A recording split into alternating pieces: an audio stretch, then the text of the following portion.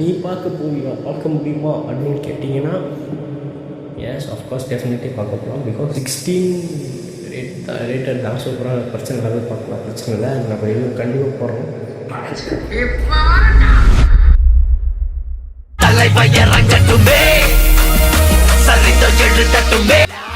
ஏவுகோஸ் work okay. நம்ம இன்னும் என்ன பண்ண போகிறோம் அப்படின்னு கேட்டிங்கன்னா கூலி ரிவ்யூக்கு போகிறோம்.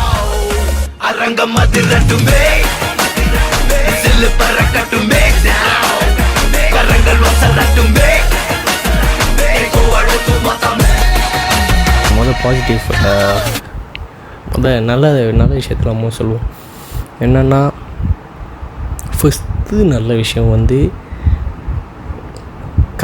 அவங்களோட நடிப்பு யோகா இருந்தது. நல்லா இருந்தது. ஏன்னா நம்ம ஷோபின் சாராக இருக்கட்டும், நாகார்ஜுனா சாராக இருக்கட்டும், உபேந்திரா சாராக இருக்கட்டும், ஸ்ருதிஹாசன் அவங்களாக இருக்கட்டும், சத்யராஜ் சாராக இருக்கட்டும், நம்ம தலைவராக இருக்கட்டும், நல்ல ஒரு காஸ்டிங் இருக்குது. அது ஒரு பாசிட்டிவ். செகண்ட் வந்து அனி அவரோட மியூசிக் பிஜிஎம் தான் ஒரு சீனை வந்து எப்படி ஃபயர் ஆக்கிக்கிட்டே இருக்குது, அப்படி ஒரு எலிவேட் ஆகுது, பாசிட்டிவ். அதுக்கப்புறம் வந்து நம்ம லோக்கியோட சில ஆக்ஷன் சீக்வன்ஸ் நல்லா இருந்தது. அப்புறம் வேறு என்ன ப்ளஸ்ஸு வந்து நம்ம தலைவர் தான். தலைவரோட டிஐஜிங்களுக்கு வந்து ஒன்று பண்ணியிருக்காங்க. அந்த எஃபர்ட்டுக்கு நல்லா இருக்குது. அந்த ஒரு பழைய படத்தோட அந்த ஒரு கான்செப்ட் கூட்டிகிட்டு போகிறாங்க. அந்த ஒரு முயற்சியும் நல்லா தான் இருக்குது. அந்த ஒரு முயற்சிக்கு கூலி டீமுக்கு ஒரு வாழ்த்துக்கள். வேறு பாசிட்டிவான விஷயம் கேட்டிங்கன்னா இது விண்டேஜ் சாங்ஸ், அது வந்து ப்ளஸ்ஸு. அப்புறம் சில டைலாக்ஸ், அப்புறம் ரொம்ப இப்படி ஒரு ப்ளஸ்ஸாக தெரிஞ்சது வந்து அணியும் தலைவர் டைலாக்ஸ் காஸ்ட், இவ்வளோ தான். இப்போ அப்படி நெகட்டிவ் வரும். நெகட்டிவில் வந்து இது லோகேஷோட படமா அப்படின்னு கேட்டிங்கன்னா என்னை பொறுத்த வரைக்கும் இது அப்சல்யூட்டான லோகேஷ் படம். இது வந்து ஒரு நெகட்டிவ். ஏன்னு கேட்டிங்கன்னா ஃபஸ்ட்டு வந்து படம் ரொம்ப லென்த்தி. ரெண்டாவது பையனா மூணாவது பையனா தெரில. அடுத்தது வந்து ஆக்ஷன் சீக்வன்ஸ் இருக்குது. பயங்கரமான ஒரு ஆக்ஷன் சீக்வன்ஸ் நடிச்சு எடுத்துருக்காங்க. அதை வந்து ரொம்ப லென்த்தியாக இருக்கிறனால பார்க்குறதுக்கு ரொம்ப ஒரு மாதிரி போர் அடிச்சிருச்சு. இதுக்கு இல்லையா சார் ஒரு எண்டு. அங்கே ஒரு சீன் இருக்கும். அந்த ட்ரெய்லரில் கூட நம்ம தலைவர் சொல்லியிருப்பார் எட்ரா கொக்கிய அப்படின்னு. அந்த ஒரு சீன் தான். அது ரொம்ப இழுத்துருக்கக்கூடாது அப்படின்ற மாதிரி தோணுச்சு. அண்ட் இன்னொன்று வந்து ஏன்னு தெரில, மோஸ்ட் ஆஃப் த டைம் வந்து லோக்கியோட படத்தில் வந்து பெரிய வில்லனாக இருந்தாலும் சொன்னாங்க சாவடிச்சிட்றாங்க. லைக் எப்படின்னா விக்ரமில் மட்டும்தான் நம்ம விஜேஎஸ் வந்து கடைசி வரைக்கும் கஷ்டப்பட்டு சாவடிக்காமல் கஷ்டப்பட்டாச்சும் சாவடிப்பாங்க. ஆனால் லியோவில் சொன்னாங்க சாவடிச்சிடுவாங்க நம்ம அர்ஜுன் சாரை.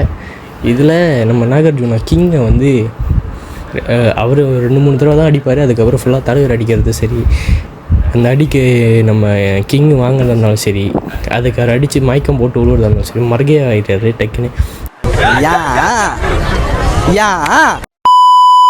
அது வந்து பார்க்க கொஞ்சம் லைட்டாக என்னடா அது அப்படின்ற மாதிரி இருந்தது. மெயினாக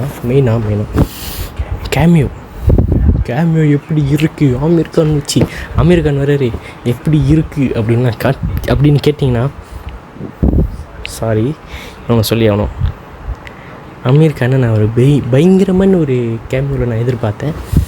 ஆனால் மனுஷன் வந்து சுத்தமாக ஒர்க்கவுட்டே ஆகாத மாதிரி தான் இருந்து ஒரு பெரிய பில்டப் கொண்டு வந்து டக்குன்னு இப்படி முடிச்சிட்டேன். லைக் ரொம்ப ஓவர் பில்டப் பண்ணி அந்த ஒரு கேமியோட கேரக்டர் வர்ற வரைக்கும், அந்த என்ட்ரி கொடுக்குற வரைக்கும், அந்த ட்ரெய்லர் கட்டில் அந்த சுடுற வரைக்கும் அவ்வளோதான் மாசு.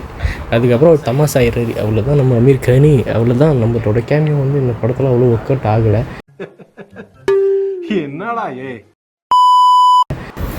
எனக்கு தேட்டரில் பார்க்கும்போது அந்த ஒரு செகண்ட் ஹாஃபில் எனக்கு கண்ணு ஒரு கட்டை இழுத்துருச்சு. என்னெல்லாம் வீட்டுக்கு போய் விட்டுருங்க, நான் தூங்க போகிறேன் அப்படின்ற மாதிரி ஆச்சு. செகண்ட் ஹாஃப் மெயினாக ஒரு நெகட்டிவ். ஆனால் ப்ளஸ் வந்து மாசு தலைவர் தான் மாசு. அவர் தான் அவருக்கு மட்டும்தான் செகண்ட் ஹாஃபில் லைட்டாக காப்பாற்றிருக்கு. ஆனால் அண்ணியோட பிஜிஎம் இல்லைன்னா அந்த படம் கண்டிப்பாக மொக்கையாக இருக்கும். அதை நான் 100% ஷுவராக சொல்லலாம். அண்ணியோட பிஜிஎம் இல்லை இந்த படம் வந்து எந்நேரம் மொக்கையாக இருக்கும். ஆனால் அவரோட பிஜிஎம்னால் இந்த ஒரு படத்துக்கு ஒரு 70% அவர் வந்து காப்பாற்றிருக்காரு. மிச்சதெல்லாம் வந்து நம்ம தலைவரும் அந்த காஸ்ட்டு லோக்கி வந்து இது பண்ணியிருக்காரு. நம்ம தலைவர் தாங்க கடைசியாக ஒரு ஃப்ளாஷ்பேக் சீன் மாதிரி வரும், தரோம். அது ஒரு தரம் டைட்டில் கார்டில் ஒரு 50 years மாதிரி ஒன்று செஞ்சுருக்காங்க. அந்த ஒரு முயற்சிக்கு என்னுடைய வாழ்த்துக்கள். ஆனால் இந்த படத்துக்கு நீ எவ்வளோடா ரேட்டிங் கொடுப்ப அப்படின்னு கேட்டிங்கன்னா, மேக்ஸிமம் பார்த்தீங்கன்னா ஒரு 7 இல்லைனா ஒரு 7.5 கொடுக்கலாம். ஏன்னா 7.5க்கு மேலே அது ஏற முடியாது, ஏறவும் முடியல.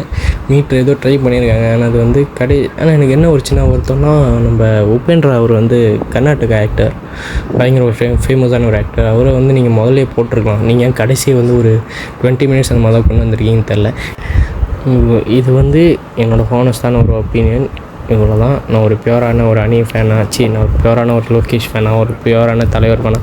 நான் என்ன தான் தளபதி சப்போர்ட் பண்ணாலும் எனக்கு தலைவர் வந்து பிடிக்கும். எனக்கு வந்து பிடிச்ச டைரக்டர்ஸில் லோக்கி நம்ம அண்ணா வந்து ஒரு பெரிய ஒரு இடத்துல இருக்கார். எனக்கு வந்து அவர் ரொம்ப பிடிக்கும். டைரக்டிங்கோட அந்த ஒரு ஸ்கில்ஸ் எனக்கு ரொம்ப பிடிக்கும். ஸ்க்ரீன் ப்ளே பண்ணுற ஒரு விதம் எனக்கு ரொம்ப பிடிக்கும். அவரோட பிளானிங் ரொம்ப நல்லாயிருக்கும். ஸோ நான் அந்த ஒரு ஃபேனாகவும், லோக்கியோட ஃபேனாகவும், ஒரு தலைவரோட ஃபேனாகவும் தான் இந்த படத்தை நான் ரிவ்யூ சொல்கிறேன். இதை தவிர நான் வேறு எந்த ஒரு நெகட்டிவிட்டியும் ஸ்ப்ரெட் பண்ணல. போட்டுக்கிறேன். நான் பேசும் அனைத்தும் கற்பனையே, யார் மனதையும் புண்படுத்தும் நோக்கமல்ல. நீங்கள் எத்தனை பேர் இந்த படத்தை பார்த்துட்டீங்க? உங்களுக்கு எப்படி இருந்தது? என்னோடய ரிவ்யூவில் உங்களுக்கு உடன்பாடு இருக்கா இல்லையா? ஏன் உங்களுக்கு இந்த உடன்பாடு இல்லை, அண்ட் ஏன் உங்களுக்கு இந்த படம் பிடிச்சிருக்கு அப்படின்ற மாதிரி ரீசன்ஸும் நம்ம கீழே கமெண்ட் செக்ஷனில் சொல்லுங்கள். And that's all. என்ஜாய் பண்ணுங்கள், ஹாப்பியாக இருங்க. கூலி படத்தை போய் பாருங்கள். And that's all, bye. And இன்னொன்று, ஸ்பாய்லர்ஸை போட்டு மூட கிடைக்காதீங்க. என்ஜாய் பண்ணி போய் தேட்டரில் போய் பாருங்கள். ஓகே, பாய்.